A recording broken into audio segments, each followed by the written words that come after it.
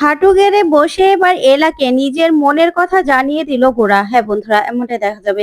তাই সম্পূর্ণ জানতে ভিডিওটিতে লাইক দিয়ে চ্যানেলটি সাবস্ক্রাইব করে দেখতে থাকুন। গল্পের শুরুতেই দেখা যাবে বিক্রম আসে আর বলে, আচ্ছা মিস্টার সেন, এখনো তো বিয়ে শুরু হতে অনেক দেরি আছে, তা এতক্ষণে আমার হেড ম্যাসেজটা করে দেন না, মাথার না প্রচন্ড যন্ত্রণা হচ্ছে। তখনই গোরা রেগে যায় আর বলে, হেড ম্যাসেজ করে দেবো, দাঁড়াও গলা টিপে ধরবো। তখন দাদু বলে, গোরা দাদু ভাই, এত মাথা গরম করতে নেই, এখানে আমরা বিয়েতে এসেছি। তখনই সবাই মিলে গোরাকে বোঝায়। তখন গোরা বলে, হ্যাঁ আদর যত্ন তো করতেই হবে, এমন মেসেজ করবো না যে সারা জীবন মনে রাখবে। তখনই নিজের শরীরের সম্পূর্ণ শক্তি দিয়ে বিক্রমকে মেসেজ দিতে থাকে গোরা। তখন বিক্রম বলে, থাক থাক থাক, আর লাগবে না। আচ্ছা মিস্টার সেন, এবার একটু নেচে দেখান না। তখন গোরা বলে, হ্যাঁ নাচবো তো অবশ্যই, নাচবো নাচাবো। এই বলেই নাচতে থাকে। ওইদিকে এলা কাঁদতে থাকে আর বলে, না পুরনো সব স্মৃতি এখান থেকে আমি সরিয়ে দেব। তারপর এলা বলে, মিউজিকের শব্দ পাচ্ছি না। ওইদিকে সবাই নাচে গানে মেতে ওঠে। তখনই দেখা যাবে এলা বলে, গান কারা ছাড়লো। তারপরেই এলা দরজা নক করতে থাকে আর বলে, নীরা, মা, দরজা খোলো, দরজা খোলো। কিন্তু কেউ দরজা খোলে না। ওইদিকে এলা টেনশনে পড়ে যায় আর বলে, কি হচ্ছে বাইরে, কিছু তো বুঝতে পারছি না। এদিকে দেখা যাবে সবাই নাচ করতে থাকে। তখনই রিমু গিয়ে নীরাকে ধরে আর বলে, আচ্ছা আপনি বললেন না এলা বৌদিকে যে দাদা ভাই নেহাকে বিয়ে করেনি, কেন বললেন না? তখন নীরা বলে, কেন বলবো? তখন রিমু বলে, কেন বলবেন না সেটা বলুন না। আপনি এত কিছু দেখিও ওই বিক্রমের সঙ্গে বৌদির বিয়েটা আপনি মেনে নিচ্ছেন। আপনি কি আমাদের দলে নাকি আপনি ওই বিক্রমের দলে, সেটা তো বুঝতে পারছি না। তখন নীরা বলে, অত কিছু তো আমি জানি না। হ্যাঁ ঠিক আছে, জামাইবাবু ওই নেহাকে বিয়েটা করেনি, কিন্তু জামাইবাবুকে একবারও কি দিদিকে বলেছে যে দিদিকে সে ভালোবাসে, দিদির সঙ্গে সে সারা জীবন কাটাতে চায়? বলেনি তো, এখনো নিজের মনের কথা বলে উঠতে পারেনি। তাহলে আমি কেন আপনাদের সাহায্য করব বলুন তো? তখন রিমু বলে, দাদাভাই ভালোবাসে বৌদিকে, অনেক ভালোবাসে, শুধুমাত্র আজকে এখানে ছুটে এসেছে বৌদির জন্য, না হলে ছুটে আসতো না। আর বৌদির জন্য কি না করেছে দাদাভাই বলুন তো? তাই আমি বলছি, দাদাভাই আর বৌদিকে এক করে দিন, আপনি আমাকে সাহায্য করুন। তখন নীরা বলে, কি করব আমি? তখনই রিমু বলে, আপনাকে একটা কাজ করতে হবে। তখনই নীরা বলে, কি কাজ করব? তখন রিমু চাবিটা দেখিয়ে বলে, ওই চাবিটা ওই চাবিটা আমাদের কাছে এনে দিতে হবে, এলা বৌদির মায়ের কাছ থেকে। তখন নীরা বলে, ঠিক আছে, হয়ে যাবে, আমি এনে দেব। তারপরে দেখা যাবে নীরা আর রিমু মিলে হাত মেলায়। ওইদিকে এলা ভাবতে থাকে আর তখনই গোরাকে ফিল করতে থাকে। তখন দেখে আবার ও স্বপ্ন দেখছে। অন্যদিকে দেখা যাবে সবাই মিলে একসঙ্গে নাচ করছে। তারপরেই গোরাকে সুযোগ বুঝে চাবিটা দিয়ে দিলে গোরা ভিতরে চলে আসে। তখনই এলা বলে, আপনি? তখন গোরা বলে, চুপ, একদম শব্দ করবেন না।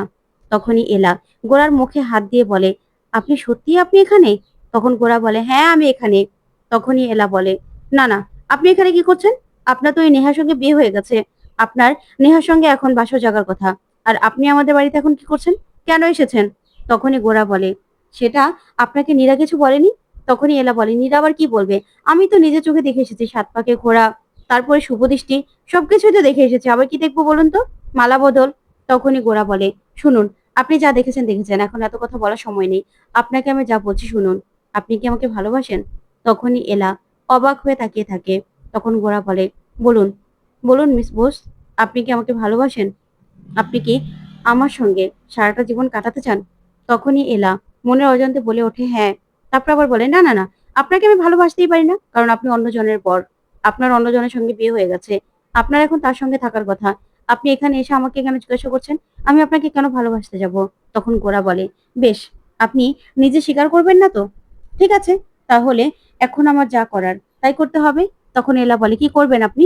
অন্যদিকে দেখা যাবে এলার মা বিক্রমকে বলে, বিক্রম, গোরাকে তো এখানে দেখতে পাচ্ছি না, গোরা কোথায় গেল? তখন বিক্রম বলে, জানি না তো। তখনই এলার মা বলে, আমার চাবি, এলাকে যে আটকে রেখেছিলাম সে চাবি কোথায়? তারপরে ওরা যেতে লাগলেই সবাই মিলে ওদের দুজনকে আটকায়। ওইদিকে এলাকে গোরা বলে, আমি আপনাকে ছাড়া থাকতে পারবো না, তাই আপনাকে আমি এখান থেকে নিয়ে যাব। তখন এলা বলে, কোথায়? তখন গোরা বলে, কিডন্যাপ করে নিয়ে যাব। ওইদিকে সবাই নাচতে থাকে, নাচের ভান করে এলার মাকে আটকায়। তখন এলার মা বলে, চুপ করো সবাই, আমি এখন এলার কাছে যাব, বিয়ের লগ্ন তো পেরিয়ে যাচ্ছে। তখনই দেখা যাবে দাদু বলে, না না, বিয়ে তো হবেই, বিয়ে হতে আর দেরি কিসের? আর ঠাকুর মশাই এখানে আছে, বিয়ের আয়োজনও সব করা আছে, তাহলে বিয়ের লগ্ন তো এখনো দেরি আছে কি ঠাকুর মশাই? তখন ঠাকুর মশাই বলে, হ্যাঁ সময় আছে এখনো। তখনই এলার মা বলে সময় থাকলে থাকুক, কিন্তু আমি এখনই এলাকে গিয়ে নিয়ে আসবো। তখন দাদু বলে দেখো আমরা তো বরযাত্রী তাই না, বরযাত্রীর সঙ্গে এরকম কেউ ব্যবহার করে? তখন মেঘনা বলে আমাদের বরযাত্রী হিসেবে মানতে পারছেন না আপনি মাসিমা? তখন এলার মা বলে ধুৎ, আমার না ভালো লাগছে না। তখনই বিক্রমকে গিয়ে দাদু বলে আচ্ছা বিক্রম, তোমার আর আছে কে? আমরাই তো আছি। তখন বিক্রম বলে হ্যাঁ স্যার, আপনার জন্যই তো আমি এতটুকু আসতে পেরেছি। আপনি ছাড়া আর কে আছে বলুন তো, তাই আপনিই তো আমার সবকিছু। তখনই দাদু বলে ব্যাস, তাহলে তো হয়েই গেল। আমরা বরযাত্রী, আমরা এখানে বিয়ে দেখে তারপরেই যাব। তখন এলার মা বলে আমি তো বুঝতে পারছি না কিছু। তখনই ঐশী আর আলিয়া সেখানে আসে। তখন ঐশী বলে আচ্ছা মা, তুমি আমাকে না বলে দিদির বিয়ে দিয়ে দিচ্ছ? আমি কি তোমার মেয়ে নই? আমি কি দিদির বিয়েতে থাকতে পারবো না? তখন আলিয়া বলে সবাই এখানে আছে, দাদাভাই কোথায়? তখন তো মেঘনা সহ সবাই চমকে যায়। তারপরে ঐশী বলে আচ্ছা আলিয়া, আমরা যেটা ভাবছি সেটাই আবার সত্যি হয়ে যাবে না তো? জামাইবাবু আবার দিদিকেই বিয়ে করে নেবে না তো? কিছুই তো বুঝতে পারছি না। তখনই ঐশী বলে হ্যাঁ আমি দিদির সঙ্গে দেখা করব। তখনই সবাই মিলে আটকানোর চেষ্টা করে। তারপর এলার মা বলে হ্যাঁ এলা কোথায়, এলার কাছে যাবো তো, এলা ভিতরে আছে। তারপরে যেতে চাইলেই সবাই বারণ করে। ওইদিকে রিমো আর নীরা মিলে রুমে চলে যায়। তখনই দেখতে পায় বিছানা চাদর দিয়ে এলাকে ঢেকে নিয়েছে গোরা। তখন গোরা কোলে নিলে নীরা বলে জামাইবাবু পিছনের দরজা দিয়ে চলে যান, সামনে দিয়ে তো যেতে পারবেন না। তারপরে ও সেখান থেকে চলে গেলে এদিকে বিয়েতে বসিয়ে দেয় ঐশী বিক্রমকে, টোপরও পরিয়ে দেয়। তারপর ঐশী বলে এবার আমি দিদিকে নিয়ে আসবো। তখন এলার মা বলে না আমি যাচ্ছি। তারপর এলার মা ভিতরে গেলেই দেখতে পায় যে সেখানে বউ বেশে দাঁড়িয়ে আছে একজন। তখন এলার মা এলাকে নিয়ে এলা ভেবেই নীরাকে নিয়ে আসতে থাকে। ওইদিকে রিমো বলে ওরা যখন চলে গেছে তাহলে তো বিয়েটা শেষ। তখনই এলার মাকে বউ সেজে একজনকে নিয়ে আসতে দেখেই দাদু বলে কি ব্যাপার, তুই না বললি যে গোরা এলাকে নিয়ে চলে গেছে, তাহলে এটা কে? ওইদিকে নীরা মনে মনে ভাবে জামাইবাবু দিদিভাইকে নিয়ে চলে গেলেই আমি এখান থেকে সরে যাব। তখন রিমু বলে নীরা, নীরা সেজেছে বউ? ওইদিকে এলা গোরাকে বলে আমার মুখটা খুলে দিন না, আপনি আমাকে কোথায় নিয়ে যাচ্ছেন? তখন গোরা বলে চুপ করুন আপনি। তারপরে এলা নিজের মুখটা খুলে নিলেই এলা বলে কি করছেন আপনি বলুন তো? তখন গোরা বলে আমরা অনেক দূরে চলে যাচ্ছি। তখনই এলা বলে কেন? আজকে আমার বিয়ে, আমার বিয়ের লগ্ন পেরিয়ে যাচ্ছে। আপনি গাড়িটা থামান, আপনি এইভাবে আমাকে নিয়ে যেতে পারেন না, বুঝতে পেরেছেন? হাতটা খুলে দিন, হাতটা খুলে দিন। তখনই গোরা হাতটা খুলে দেয়। ওইদিকে দেখা যাবে নীরাকে যখনই ঠাকুরমশাই বলে মালাটা পরিয়ে দিতে, তখন রিমু এটা সহ্য করতে না পেরে রিমু মনে মনে বলে এই রে, আবার নীরার সঙ্গে বিয়ে হয়ে যাবে না তো বিক্রম বাবুর? তখনই দেখা যাবে নীরা ভাবতে থাকে মালাটা পরাবে কিনা। তারপরে মালাটা পরানোর আগেই সেখানে রিমু এসে মালাটা পরে নেয়, যা দেখে এলার মা চমকে যায়। তখন রিমু চুপ করে দাঁড়িয়ে থাকে। ওইদিকে গোরা গাড়িটা থামালেই এলাকে বলে কি হয়েছে বলুন তো? তখন এলা বলে শুনুন, আজকে আমার বিয়ে, আমি এখান থেকে এখন আমার বিয়ের ওখানে চলে যাব। তখনই গোরা বলে তাই নাকি? বিক্রম বাবুর জন্য খুব কষ্ট হচ্ছে তাই না? বিক্রম বাবুর জন্য মনটা কেমন করছে? তখন এলা বলে হ্যাঁ করছে। আপনাকে কেন বলবো, আপনিও তো বিয়ে করে নিয়েছেন, আপনি আরেকজনকে বিয়ে করেছেন, আবার এখানে দাঁড়িয়ে দাঁড়িয়ে বড় বড় কথা বলছেন। আমি এখনই চলে যাব, আমার বিয়ের লগ্ন চলে যাবে। তখনই গোরা বলে দেখুন, আমি না আর এসব সহ্য করতে পারছি না।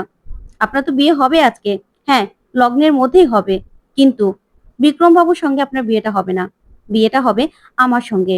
তখনই এলা এই কথা শুনে চমকে যায় আর বলে মানে আপনার সঙ্গে মানে? তখনই গোরা বলে হ্যাঁ আমার সঙ্গে, আমার সঙ্গে আপনার বিয়েটা হবে।